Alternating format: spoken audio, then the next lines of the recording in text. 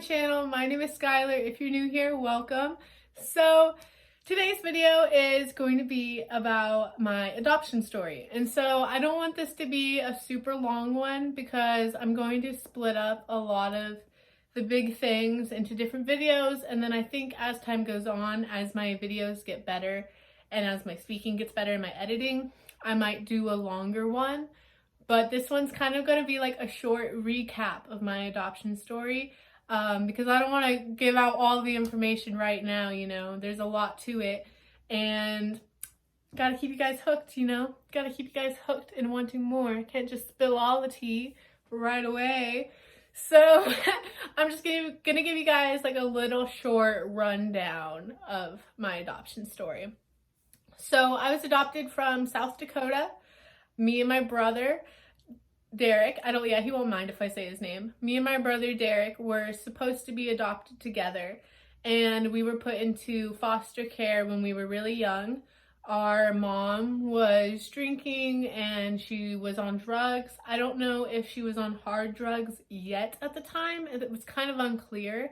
The paperwork just says alcohol and marijuana at the time, but I do know that she got into meth, so I don't know exactly if she was doing meth at that timing. It's not in the paperwork. But we were taken away from our mom because we were left at a babysitter's house for multiple days. And so we were taken into foster care, and we were supposed to be adopted together. It says straightforward in the paperwork that we're supposed to be adopted together. And we got adopted by this family who is not the best family. We'll really get into that. But he was 9 months older than me exactly. And so he was starting to show signs of like the neglect and like the abuse and stuff that we had dealt with. He was starting to show behavioral signs before I was. And so they sent him back. And he actually went into a facility, but now he got adopted by a really, really amazing family when he was about 4 or 5. And he has done tremendous since. He plays lacrosse. He's in college right now. He really, really, really did get the better end of the stick. And I don't have any resentment for that, though. Like, it's totally God's plan. Everything happens for a reason, as, you know, disappointing and as it could be. I did get the shittier end of the stick, which is okay. It made me who I am today. But I was kept with this family. And so the adoptive mom was on her 4th marriage when they adopted. And so she had her tubes tied, and her 4th husband at the time wanted a kid. That was the only reason they adopted me. But now they got divorced. Surprise, surprise. Her 4th husband, I mean, there's probably a pattern. But they got divorced when I was about 4. And so I didn't see the adoptive dad at all growing up. I actually saw him for the first time, to my actual memory, to my knowledge. I saw him for the first time again when I was 10, when he came to visit, because he did construction. And so during 10, I did see him a few times, and he took me out to eat. And you know, as a kid, like, anyone taking you out to eat and watch movies and stuff is cool. And you're like, okay, like, I would spend the night at his house a few times. So I was like, okay, cool, whatever, you know. I was having fun. But he was definitely not a father figure. He was not there growing up, whatever. And so I'd only met him a few times. And I lived mainly with the adoptive mom. She was very crazy, very crazy. Her other kids, her biological kids, lived with her some parts of the week, but it was mainly just me and one of the older brothers. And so my sister my sister is her adoptive daughter. I actually lived with her throughout high school. I will get to that another time, like either later in a video or another time. But her own daughter actually stopped talking to her for 6 years because of the way she treated me, if that says anything. So her daughter was already in college by the time I was living here. And so it was mainly growing up in that household. It was mainly just me, the mom, and two of the brothers actually. And then 2 of the other brothers would come like on the weekends or whatever. There was one brother in particular, I will name him Chris. I don't know if they want me to use their real names. I use Derek's real name. I don't think he would care. But just for the sake of this video not ever being flagged or taken down, I'll use fake names. So Chris, that was the youngest biological kid, and she loved him. She made it very clear that she didn't like me. Actually, in 3rd grade, I remember specifically, there was report cards. I didn't like report cards, not because my grades were bad, but I was a very loud kid and I was always talking a lot and I would never shut up, which is why I have a YouTube channel. I would never shut up because school was my outlet and friends were all I had. I didn't have family. And so I was scared because as every report card, it said on the bottom, behavior, like doesn't stop talking, you know, is a disruption. And so I hid the report card from her and I remember she found it. And I remember this moment so vividly. I'm writing it. I have a part of it in my book. And she she found it and she looked at me and she said, you know, I love you because I have to, but I don't like you. And I think that was like the moment, one of the moments I had where I realized like, this is not like my mother. Like, I mean, I already knew that, but that was one of the moments that made me realize that I didn't want to be here anymore. I did not want to be with this human. Like, I didn't. And so around the age of 11, I was acting out a lot. And I ended up getting, so like I said, I didn't know my adoptive dad much growing up. I stayed out after school one of these days and I got in trouble and she shipped me off to my adoptive dad's to go live with him. She's like, I can't deal with you anymore or whatever. She actually put me in juvie for a night, but I'll make a whole separate story time about that. But I ran away and she sent me off to my adoptive dad's. Didn't know the man really. Had only met him a few times when I was like 10 and I was like, okay, cool, I guess, whatever.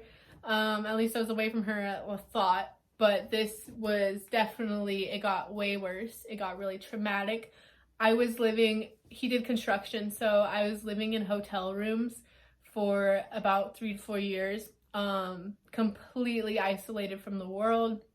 He even took my phone, well, not phone, but iPod at the time, took it away. Like, there were a lot of dark times in that few years that I will make story times about. But I was completely isolated from the world, and I actually ended up going back to live with my adoptive mom for like a few months in the 7th grade, I think, because I was doing online school in the hotel rooms, but I didn't have a teacher. And so she decided she would take me back for a little bit, and I only went back for a few months. She found the first like little thing I did, which was I snuck out of class to go hang out with a boy. But she used the first thing I did to send me back and it just got worse from there. Like I said, I'm not going to get into details because there's so many stories in themselves and I'm writing a book. And so you guys will either read the stories or you'll see them in story times. But if I were to go into details, this video would take forever. My adoption story is I was adopted by a really twisted family, and I never ever had actual parent figures growing up. I had to completely raise myself, teach myself everything, teach myself social norms, teach myself like how to be happy, like I literally just had to teach myself everything. I had to teach myself how to be a person, and it's been a long journey, but I'm really proud of the person I have become. And the past few years have actually been really beneficial for me. Well, not the past few. The past few years actually have been pretty rough, but the past year specifically has been very beneficial for me, and I can't wait to share story times on how I made the switch into getting from such a dark place into the positive place I am now, because it's really been a journey, and there have really just been events that have just led up to everything, and I can't wait to share them with you. I can't wait to share more of my adoption story with you and more of what I've been through with you, because there's so much to share with you guys. But yeah, and also my book will be released hopefully on July 29th, 2021. my 21st birthday. So stay tuned for that. That is going to be like the best day of my life.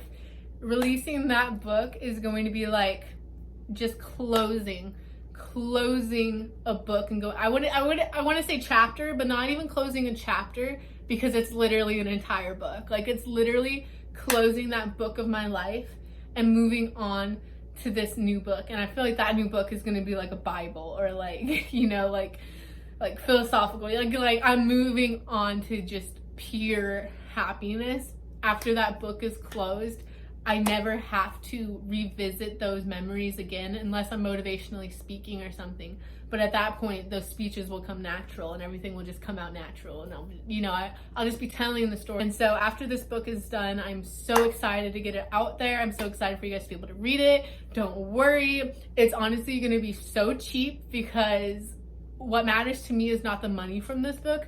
What matters to me is getting my story out there and everything I've been through, and inspiring others to just get up. That's what it's gonna be called, by the way. I should have said the title. It's gonna be called Get Up, because I've been literally pushed down so many times, and I just had to learn to get up, because no one was pulling me up. No one was like, yes, my sister helped me. She was the only person who has ever cared enough to help me.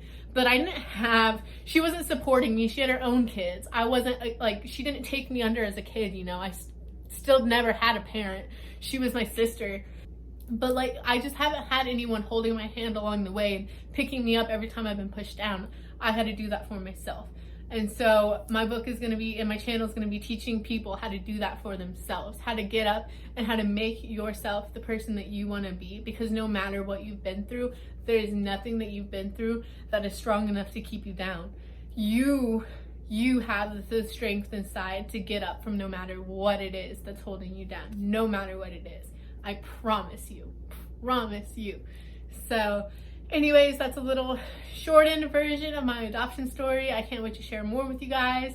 So yes, I hope you guys are staying safe and healthy. Please like, comment, and subscribe, and possibly even share. It would mean the world to me. So yeah, I will see you guys next week.